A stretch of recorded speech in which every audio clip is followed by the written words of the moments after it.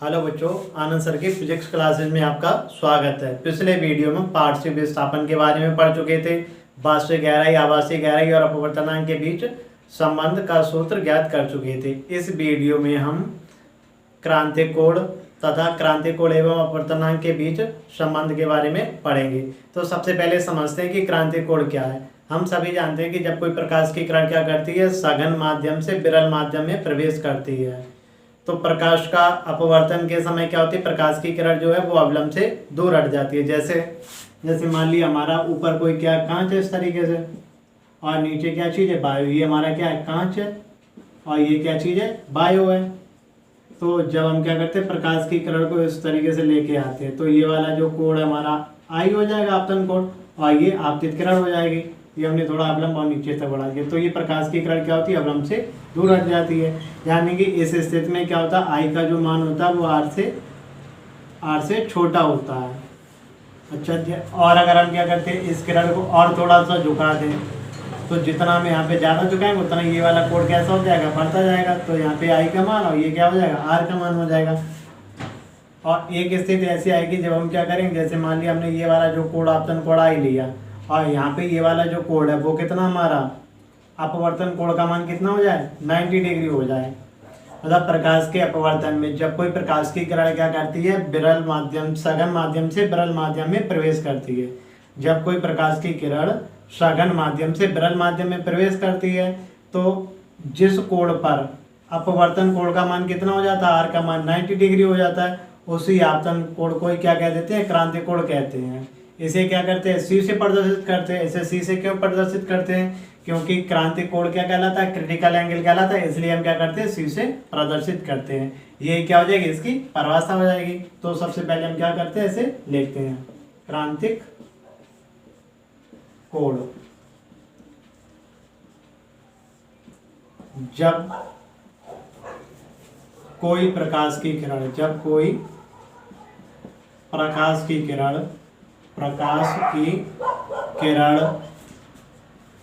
विरल माध्यम, सघन माध्यम से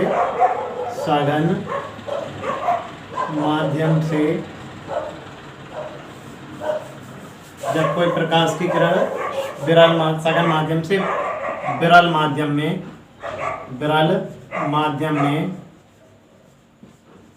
प्रवेश करती है, तो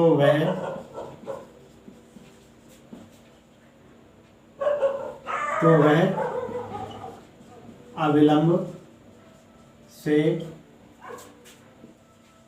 दूर हटती है तथा आपतन कोण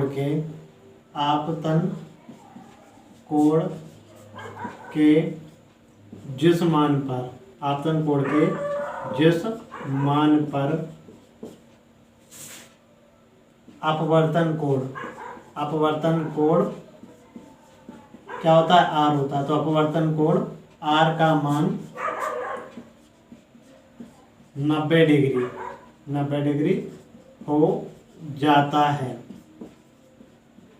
उस आपतन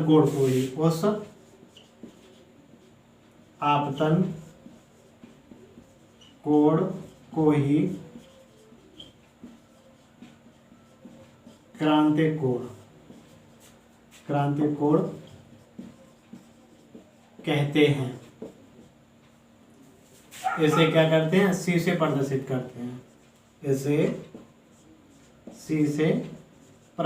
करते हैं।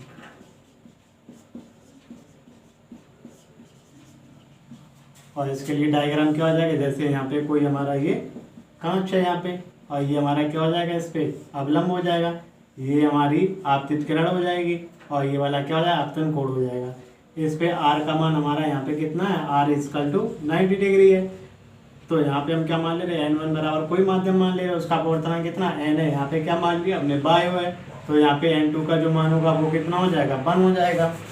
अच्छा, अब इसी की सहायता से अगर हम क्या करते हैं, क्रांतिक कोण और अपवर्तनांक में संबंध ज्ञात करते हैं, तो इसके लिए हमें क्या करना पड़ेगा। तो सबसे पहले क्या यहाँ पे लिख दें, किसमें, क्रांतिक कोण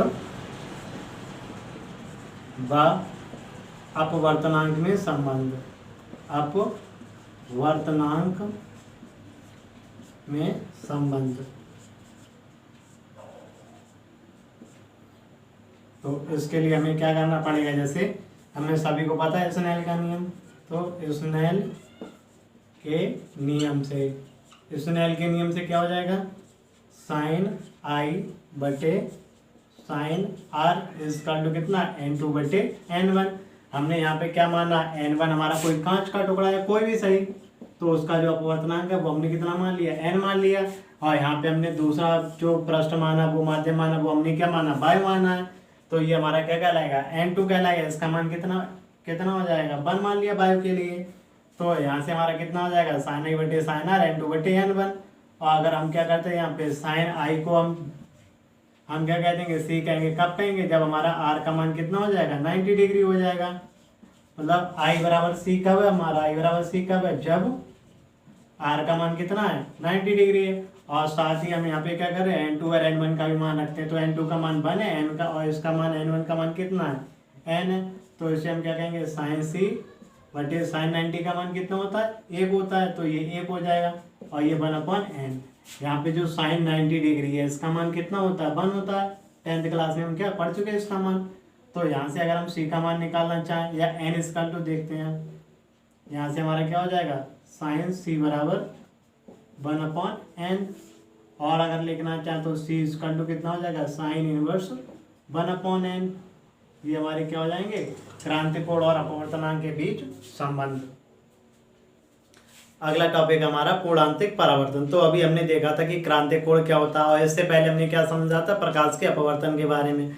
उसमें भी ये पढ़ा था कि जब कोई प्रकाश की किरण सघन माध्यम से विरल माध्यम में जाती है, तो वो क्या करती है, अवलंब से दूर हटती है। जैसा यहाँ पे दिखाया गया इस चित्र में, यहाँ पे क्या आपतन कोण हमारा आई, और प्रकाश की किरण एक माध्यम से दूसरे माध्यम में जाती है, तो ये अवलंब से दूर हटती है। और कैसा है, सघन से विरल में जाती है, तभी ऐसा होता है। तो आई ये क्या है, आर, इसमें जो आर का मान है वो कैसा है, लेस देन 90 डिग्री है। इसके बाद अभी हमने क्या पढ़ा था, क्रांतिक कोण। तो क्रांतिक कोण क्या होता है, आपतन कोण के जिस मान पर हमारा अपवर्तन कोण का मान, इस आर का मान 90 डिग्री हो जाता है, तो उस स्थिति में हमारा जो आपतन कोण आई होता है उसे क्या कहते हैं, क्रांतिक कोण कहते हैं। इसके बाद अब हम क्या देख रहे हैं, पूर्णांतरिक परावर्तन। तो पूर्णांतरिक परावर्तन में क्या होता है, जब कोई प्रकाश की किरण क्या होती है, आपतित होती है, तो आपतन कोण आई पर अगर अपवर्तन कोण आर का मान कैसा होता है, ग्रेटर देन 90 डिग्री। मतलब ये वाला जो हमारा अपवर्तन कोण आर है, इसका मान अगर हमारा कैसा है, 90 डिग्री से ज़्यादा है। अपवर्तन कोण आर का मान अगर 90 डिग्री से ज़्यादा होता है, तो प्रकाश की किरण क्या होती है, वापस उसी माध्यम में लौट जाती है। इसी घटना को क्या कहते हैं, पूर्णांतरिक परावर्तन कहते हैं। तो यहाँ पे क्या करते हैं, लिखते हैं, मतलब जब कोई प्रकाश की किरण, जब कोई प्रकाश की किरण सघन माध्यम से विरल माध्यम में जब कोई प्रकाश की किरण सघन माध्यम से विरल माध्यम में जाती है, और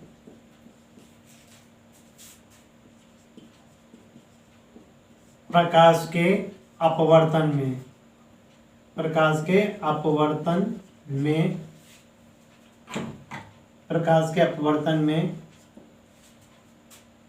अपवर्तन कोण का मान 90 डिग्री से अधिक हो जाता है, तो प्रकाश की किरण वापस उसी माध्यम में लौट जाती है।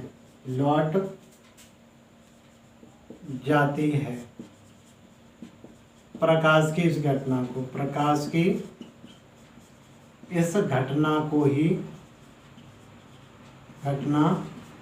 ही पूर्णांतरिक परावर्तन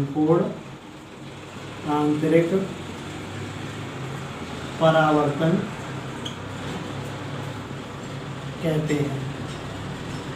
और इसके लिए क्या हो जाएगा, ये वाला हमारा डायग्राम हो जाएगा किसका, पूर्ण आंतरिक परावर्तन के लिए।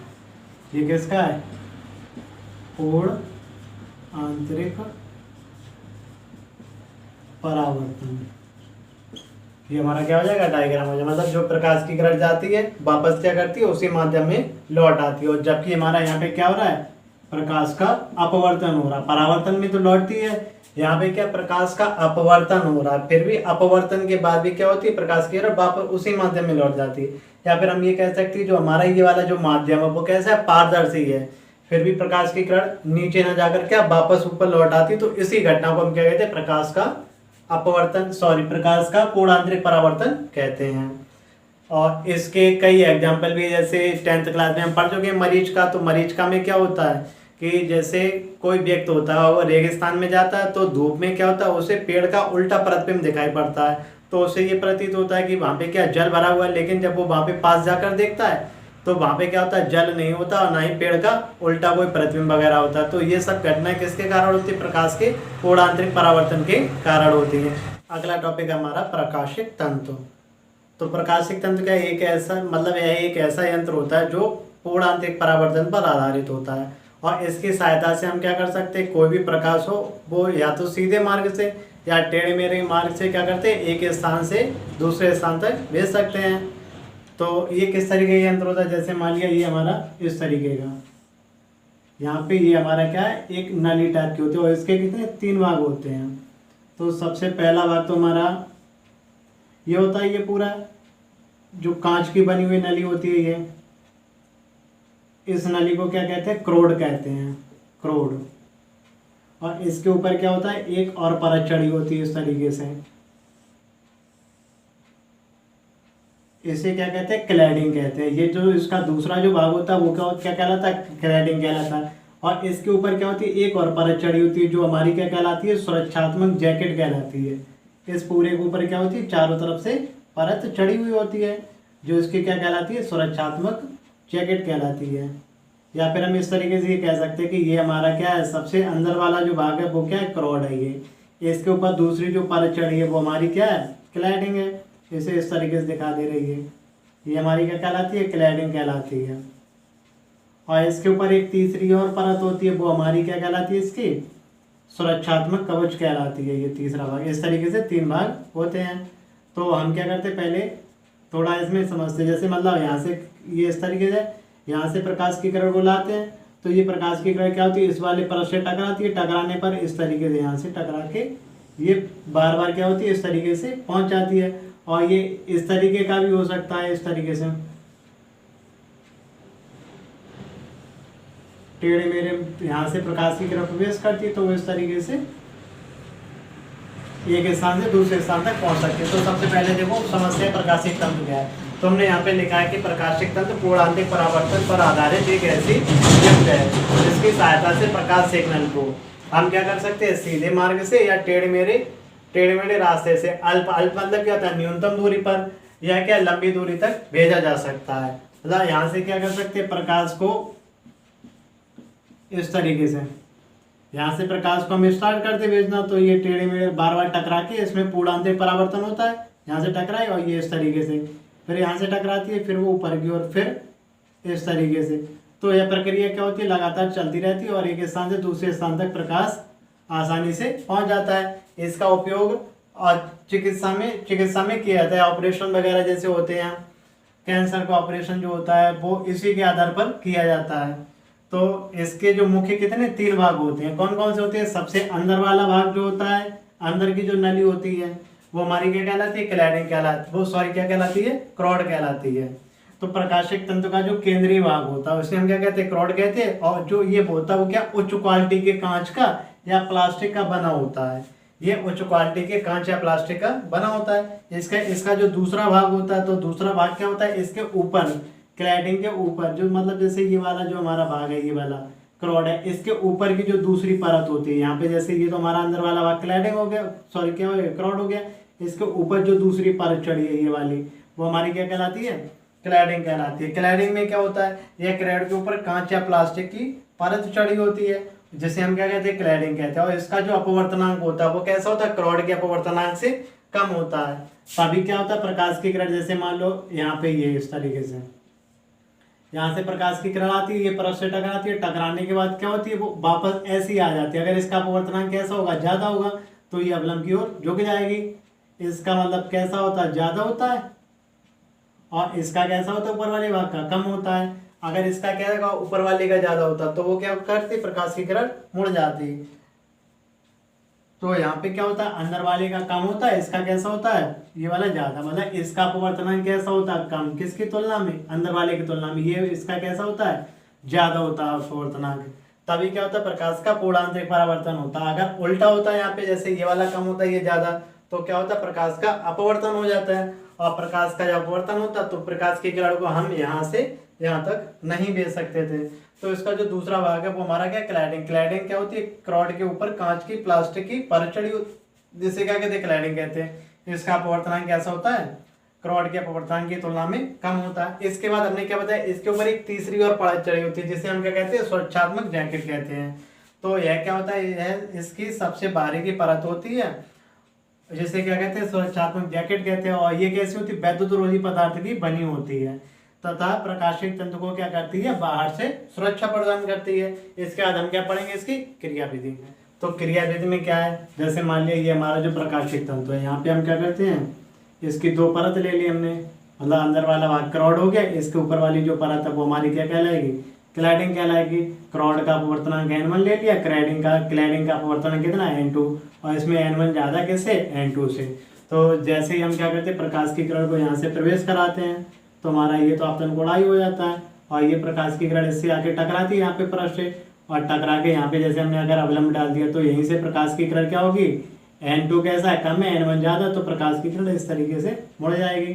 फिर यहाँ से इस तरीके से मुड़ के फिर ये क्या होगी, एक सिरे से दूसरे सिरे पर क्या हो जाएगी, पहुंच जाएगी। और ऐसा होने पर इसमें प्रकाश की तीव्रता भी कम नहीं होती। जितनी प्रकाश की तीव्रता हम यहाँ से प्रवेश कराएंगे, उतनी तीव्रता का प्रकाश क्या होगा, इससे निर्गत होगा। वो हमें यहाँ पे क्या है, इसकी क्रियाविधि में लिखना है। तो क्या करते हैं, जब हम प्रकाशिक तंतु पर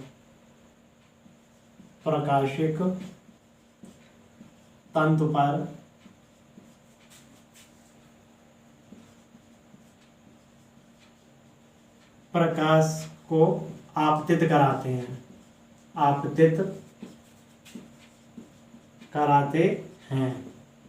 तो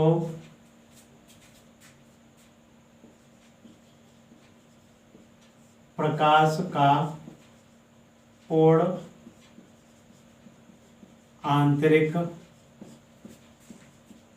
परावर्तन होता है, जिसके कारण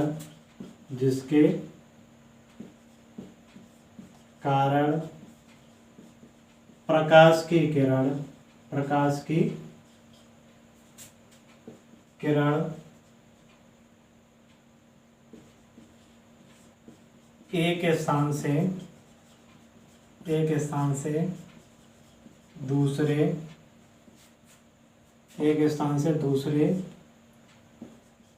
स्थान तक पहुंच जाती है,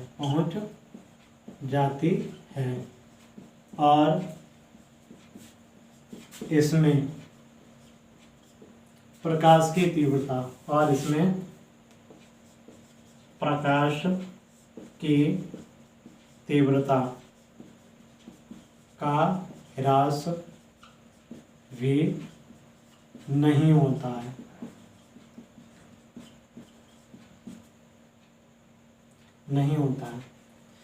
ये जो प्रकाशिक तंतु, ये क्लास 12 के बोर्ड एग्जाम के लिए बहुत ही इम्पोर्टेंट है। जितना बोर्ड पे लिखा उसे क्या करें, ध्यान से पढ़ें, और एक बार पढ़ने पर ही क्या हो जाएगा, याद हो जाएगा। क्यों, इसमें ज़्यादा कुछ है नहीं, क्योंकि ये एक ऐसी युक्ति है जो क्या करती है, प्रकाश के पूर्ण आंतरिक परावर्तन पर आधारित है, और इसकी सहायता से हम क्या कर सकते हैं, प्रकाश को एक स्थान से दूसरे स्थान तक भेज सकते हैं। तो ये तो इसके क्या हो जाएगी। और इसके जो मुख्य क्या है, 3 भाग होते हैं, कौन कौन से, नंबर 1 क्या होती है, क्रॉड होती है, नंबर 2 क्लैडिंग होती है, नंबर 3 सुरक्षात्मक कवच होती है। क्रॉड क्या होती है, सबसे अंदर का भाग होता है, और ये कांच या प्लास्टिक जो होती है इसकी वो कैसी होती है, उच्च क्वालिटी होती है। इसके ऊपर जो दूसरी परत चढ़ी होती है वो क्या कहलाती है, क्लैडिंग कहलाती है। इस क्लैडिंग का अपवर्तनांक क्या होता है, क्रॉड की तुलना में थोड़ा कम होता है, जिसके कारण क्या होता है, प्रकाश का पूर्ण आंतरिक परावर्तन होता है। इसका तीसरा इसका जो भाग है वो क्या है, सुरक्षात्मक कवच है। जो सुरक्षात्मक कवच का काम क्या होगा, सब नाम से ही पता चल रहा है कि ये क्या करेगा, प्रकाशिक तंतु को सुरक्षा प्रदान करता है। और क्रियाविधि में क्या लिखना है, जब हम क्या करते हैं, प्रकाश के किरण को इस प्रकाशिक तंतु पर आपतित कराते हैं तो प्रकाश के पूर्णांतिक परावर्तन के कारण प्रकाश की किरण एक स्थान से दूसरे स्थान तक क्या होती है, टेढ़े मेढ़े मार्ग से परावर्तित होकर पहुंच जाती है। और ऐसा होने पर क्या होती है, प्रकाश की तीव्रता पर कोई प्रभाव भी नहीं पड़ता है। तो यही सब क्या प्रकाशिक तंतु। और इसका जो उपयोग है, उपयोग लिखना चाहे इसका उपयोग भी लिख सकते हैं। तो उपयोग क्या हो जाएगा इसका, चिकित्सा क्षेत्र में, चिकित्सा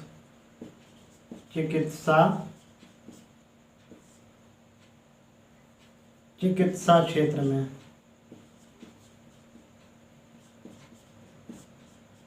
चिकित्सा क्षेत्र में ये इसका क्या कहलाएगा, उपयोग कहलाएगा। अगले वीडियो में हम अवतल पृष्ठ के लिए अपवर्तन सूत्र एवं उत्तल पृष्ठ के लिए अपवर्तन सूत्र के बारे में पढ़ेंगे।